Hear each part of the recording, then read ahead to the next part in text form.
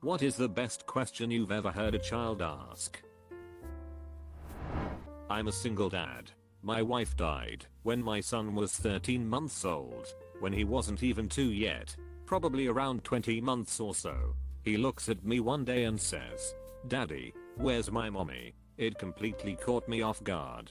I hadn't expected him to really notice the difference between himself and the other kids at daycare for a lot longer, but it was clear he had noticed that all the other kids had moms and dads, and he wanted to know where his mom was.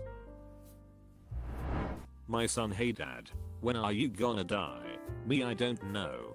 Hopefully not for a long time." My son, "Oh, well, when you and mom die I want new parents." Me, "You what?"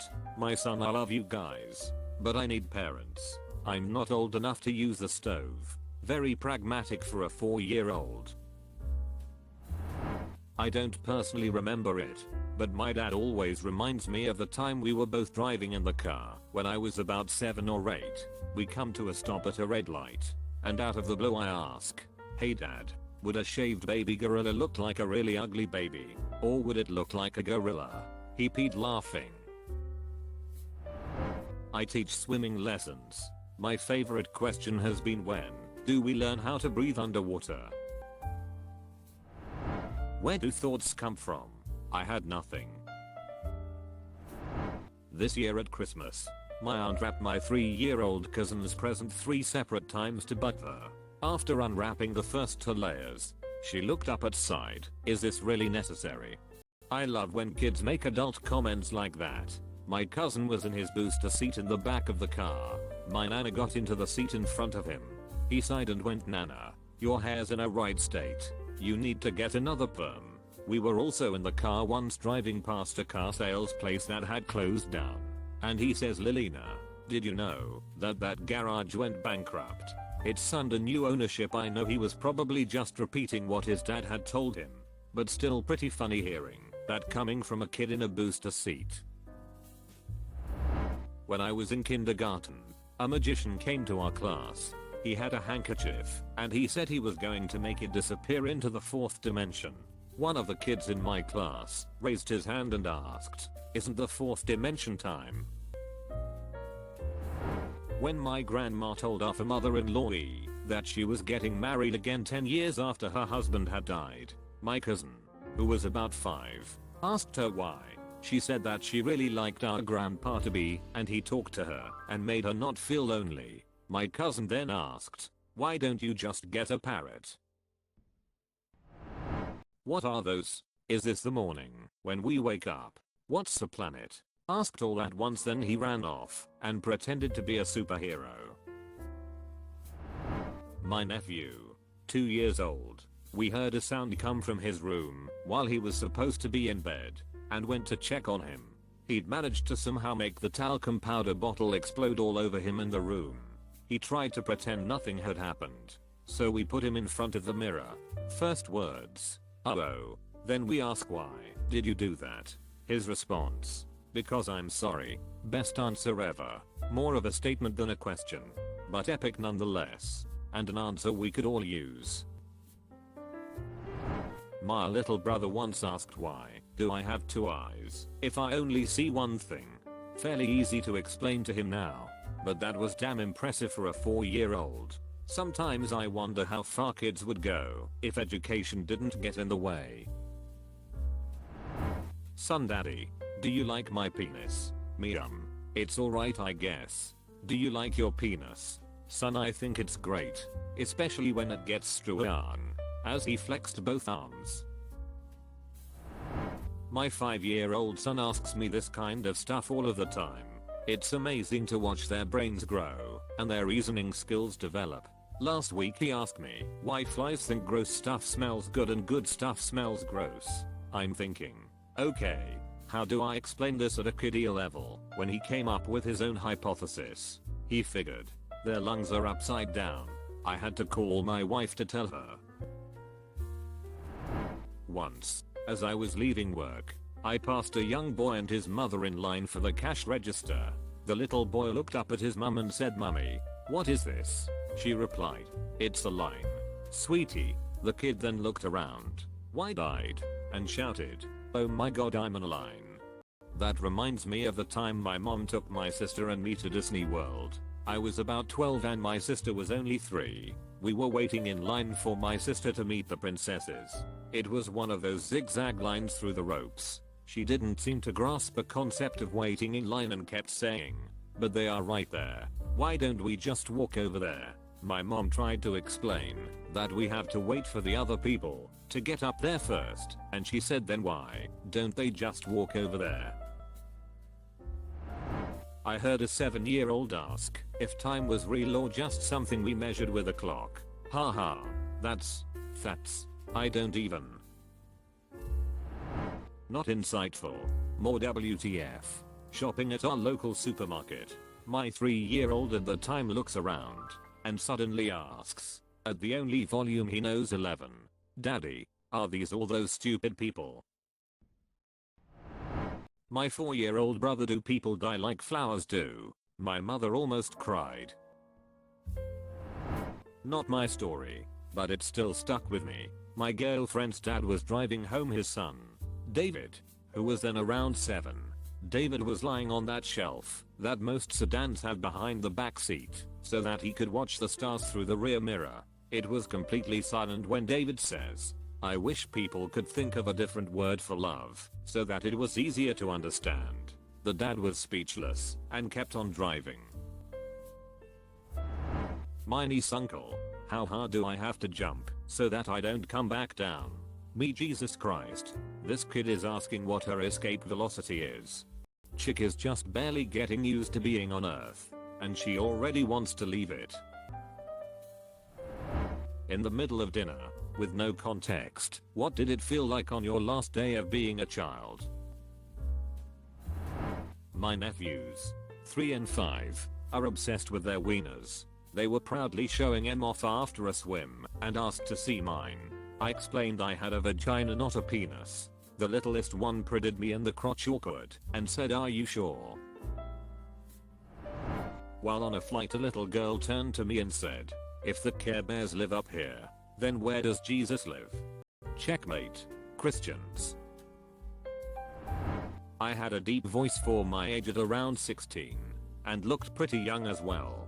One day I was having my haircut and enjoying a conversation with my hairdresser when a little kid stood up from his seat and walked over to me. He looked up and asked, "Are you a daddy?" Probably because of my voice. Before I could reply, his dad said, "I'm sure he hopes not." A child approached my father, who is 6 feet 6, and asked, "Mister, are you God?" If you traveled into the future and killed yourself, would it be murder or suicide? The other day by my friend's 9-year-old. I should have done this hours ago when I first saw it, but here goes. My 4-year-old asked, "What if there is a fire?" I explained we call the fireman. She said, "What if you can't hear the smoke alarm because you have headphones on?" Someone will hear it, sweetie. I had to demonstrate how loud it was with the test button to convince her. What if when we call the firemen they all have headphones in and cannot hear the alarm? They can't all wear headphones. It's against the rules. She finally asks, "So what happens when there is a fire and no one can hear it, and by the time we do the firemen can't get here fast enough and there is a tornado? And it catches fire from our house. So we are driving away, but the road is shaking." It was the first time a child genuinely scared me. I explained that would never happen. But now I have nightmares about ducking fire tornadoes chasing my mother-in-law during an earthquake where no one can hear us scream. Too long didn't read. My daughter would give Stephen King nightmares with her doomsday scenarios and fears. I remember when I was in 3rd or 4th grade science class, I asked my teacher, "If there isn't any air in space, then how does the sun burn?" Being the awesome science teacher that she was, she didn't hold back anything and told me that it was a nuclear reaction and that it didn't need air to happen. I loved that teacher. Fortunately, my science teachers through the years have only gotten better and better. Cookies are baking, and my 3-year-old niece asks, "Are the cookies loading?" Signs of the times. Why do most grown-ups still act like little kids? Amen. About 2 days ago, I went to the park to go get some sun and exercise. There is a big pyramid of ropes, it's actually quite cool, and all of the children were playing on it, when all of a sudden I hear a kid ask, "Why are we climbing this?" I just laughed to myself, admitting that it is pretty silly to think that we just put some ropes up for no reason but to climb up and then climb down. Kids are probably the smartest of us all. They haven't been tainted by society just yet. My 4-year-old daughter came to the conclusion that Santa Claus moonlights as a pirate 364 days of year. She figured they both have beards, they wear the same boots and belt, and both say yo ho ho, Merry Christmas. I thought that was pretty outstanding for a little kid. When I was about 9, we were at dinner and my older brother 12 was describing a study about cell phone radiation and its effects on rats' brains. My brother loves science, and he was all worked up about this study. He probably did 10 minutes on it. He was very convinced that everyone was going to get brain cancer.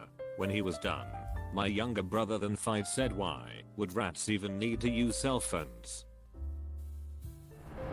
As a camp counselor, I had a cabin of 7 and 8-year-olds for 3 days and 2 nights. On the last day I'm sitting next to one of the kids, and he asks me, "Nobody, are your parents dead?"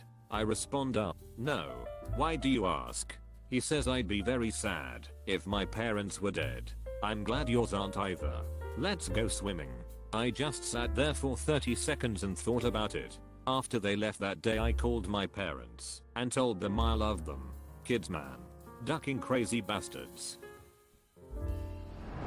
On a mother-in-law road trip, we were passing through a small town. Upon passing a school, my older brother, he was 10 or 11 at the time, had an apparently horrifying realization. People live here. That quote still gets brought up today.